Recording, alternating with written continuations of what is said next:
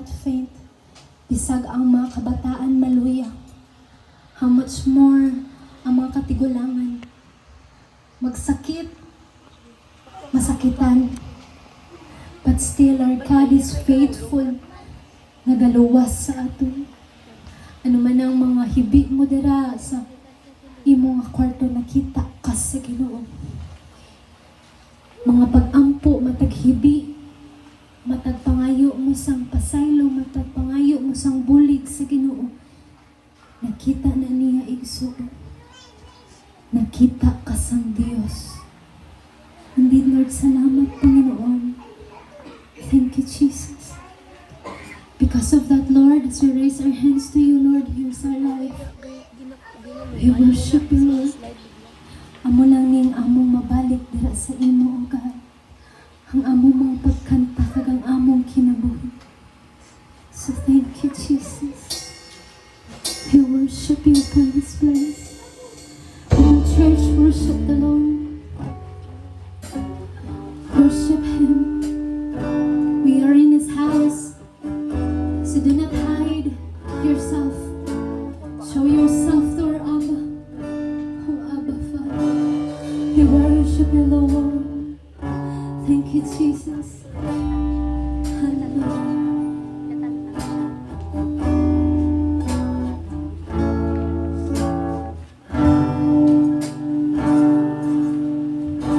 Sa bawat pagkaw na luha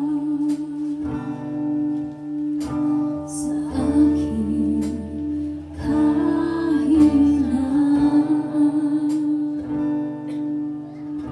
sa bawat luhod at panalangin, di mo ako iniwan. Jesus, Ika'y nariyan. Itataas ang aking mga kamay sa Diyos na mahabagin. Sa akin na tunay, o ang alay ko ay puso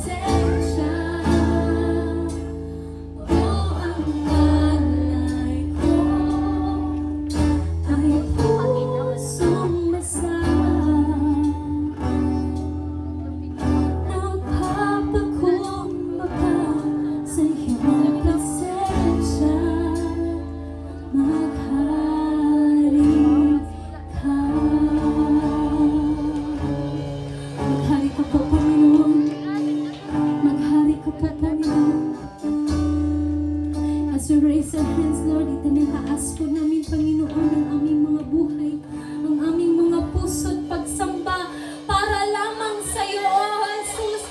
Kaya ikaw lang ang nararapat na Panginoon. Hallelujah! You are worthy, Jesus. You are worthy. You are worthy, Jesus. Itaas mo ang iyong mga kamay, ang iyong mga pagsamba.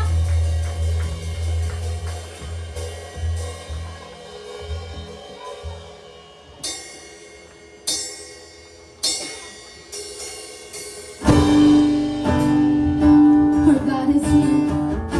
Our God is alive. So raise your hallelujah to the name above all name of Jesus. Ikaw lang ang tanging Diyos na dapat sambahin. Ang tanging Diyos na dapat kantahan. Ikaw lamang, O Jesus. Hallelujah. Si Yahweh, tanging Diyos, may kawalan.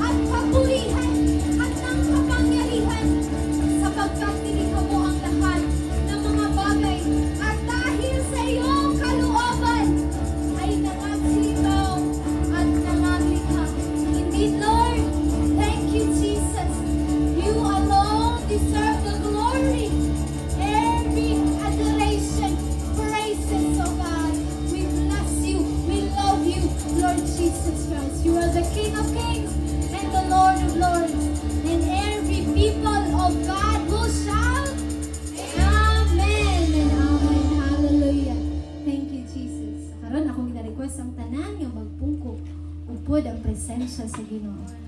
Ito di ba ni mo hambalan ng imong katapad? Happy Lord's Day! Indeed, this is the day of the Lord. So, we will rejoice.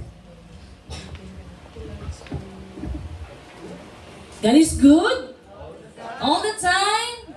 Amen. Nabalin mo katapat, it's time to smile, no? So, blessing time, giving time, no? So, i-bless daw ni Lord kung kita maghatag. The more we give, the more we receive, no? So, simple lang, no, ang ginapa-challenge ni Lord sa aton. Ang karing tithes and offering, it's not for the Lord. No? Ang balay mo katapat, ang tithes and offering hindi para kay Lord. No? Pero para sa imo. No? So naman ba sa Word of God in Malakay 3, no? Amo gid ang isa ka verse nga naghambal ang pulong sa Ginoo, test. No? Put me into test, no? Testing ko. No? Hambal pagalit niya sa pulong, hambal niya pa sa iyang pulong in Malakay 3 verse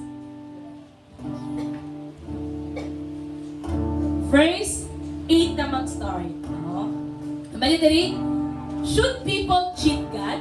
No? So ang tao ba nagapalikas or naga-cheat?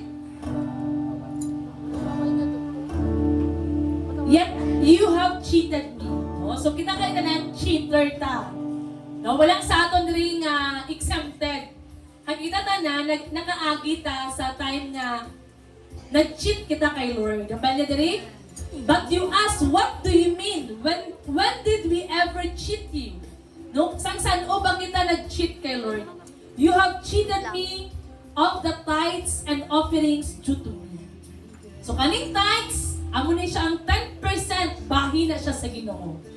No? Kung nakadawat kita sa 100, ang cheese iya sa Dios. Na may bahin si Lord.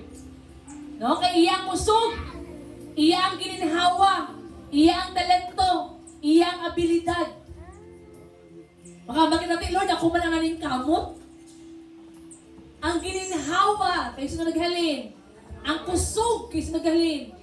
No, ang kadasig kay naghalin. Ang pagbuktaw matag-adlaw kay sino naghalin. No? Sa Ginoo. That's why every kissing is a blessing. Tama? No, that's why ang para kay Lord ihatag naton kay Lord. Magabi no sa 100, 10% kay Lord, 90% aton. Grabe gyapon ka maayo ang Ginoo. Kayo ay nang inubos. No? 10% lang ipangayo sa Ginoo. And offerings due to me. So even galing-galing paghalad, no, ano ba yung offering? No, ang offering natin, of course, we give offering.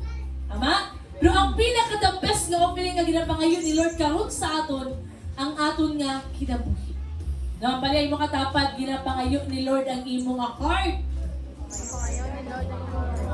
Because this is the offering. No, the least that we can give to the Lord is our heart. Siguro nag-challenge ka man karon sa imong mga finances, no? Or siguro wala kit may nagasulod. But always remember na si Lord, He is faithful. That's why sa Word of God, God will grant the desires of your heart. So kung nag-desire ka nga maghatag, ihatag man ni Lord ang imo nga gina-desire. Hambal niya, dali? You have cheated me of the tithes and offering due to me. You are under a curse, for your whole nation has been cheating me. So kaning nation gali, it talks our family. No, matingala kita nga Lord nga, grabe ang kapikadubod. Lord nga, may araman sang kwarta nga nagasulod, pero kaagi lang sa ako niya kamot. No, dala natin maintindihan nga si Lord gali, seryoso siya sa iyang command. Now, this is the command of God. In verse 10, ang bala niya, bring all the tithes into the storehouse, so there will be enough food in my temple.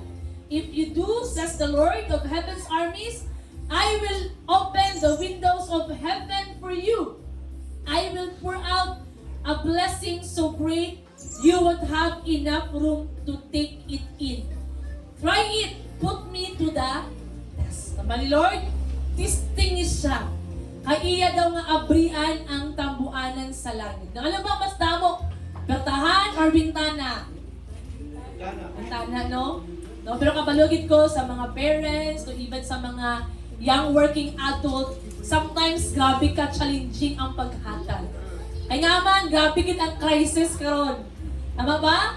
No, grabe gid ang kapikatuhon karon. Pero ba sa word of God, put me into test. No? Testing ko sa imo nga tithes and offering. Kag dito daw nimo makit-an ang mga kahibulungan nga mga butang. No? So, even in my journey dala kay Lord, no, hindi gid dali ang paghatag. Tama? Kanya man, may ara ka man sang kaugalingon mo nga panginahanglan. No? Pero na-learn ko, sa akong nga journey, money, basta word of God, the love of money is the root of evil. Kung di ito ang imo nga treasure, dito man ang imo nga kasing-kasing. Tama?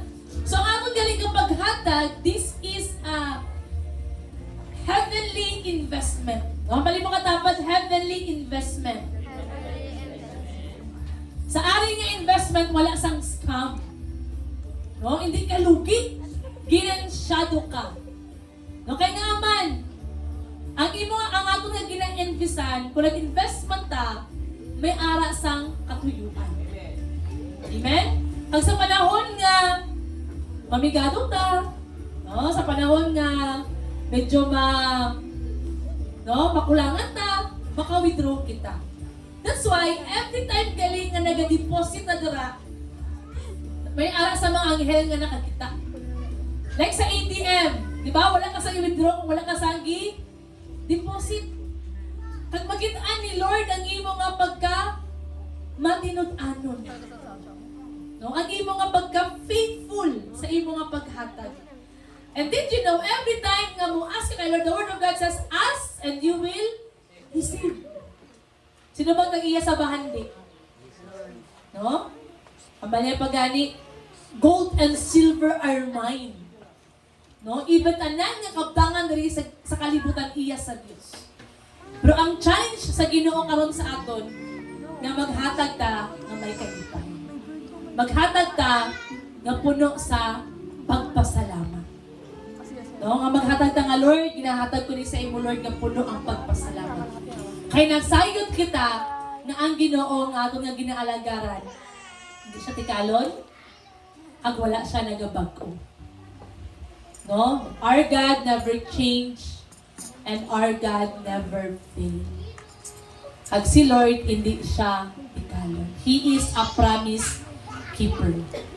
No? So handa na ba ang tanan sa paghatag? No?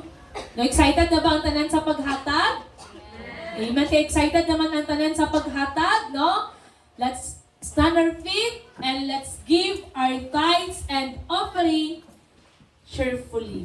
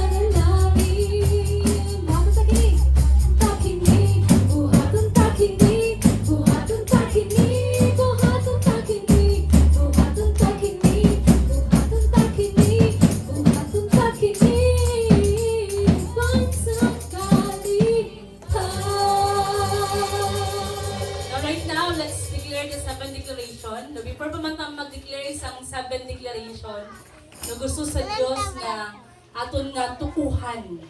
No? Kung ano man ang aton nga i-declare. No? Ready na ba ta sa pag-declare? Shout Amen! Amen! So with faith, let's declare the 7th declaration. 1, 2, 3, go! I and my family will have an open heaven life.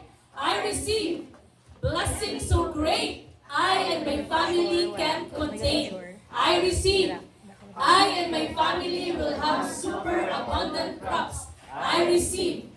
I and my family are well guarded. I receive. I and my family will live in good health. I receive. Nothing will be wasted in my life and in the life of my family. I receive. My life and my family are such a delight, and nations will call us blessed and prosperous. I receive. Amen.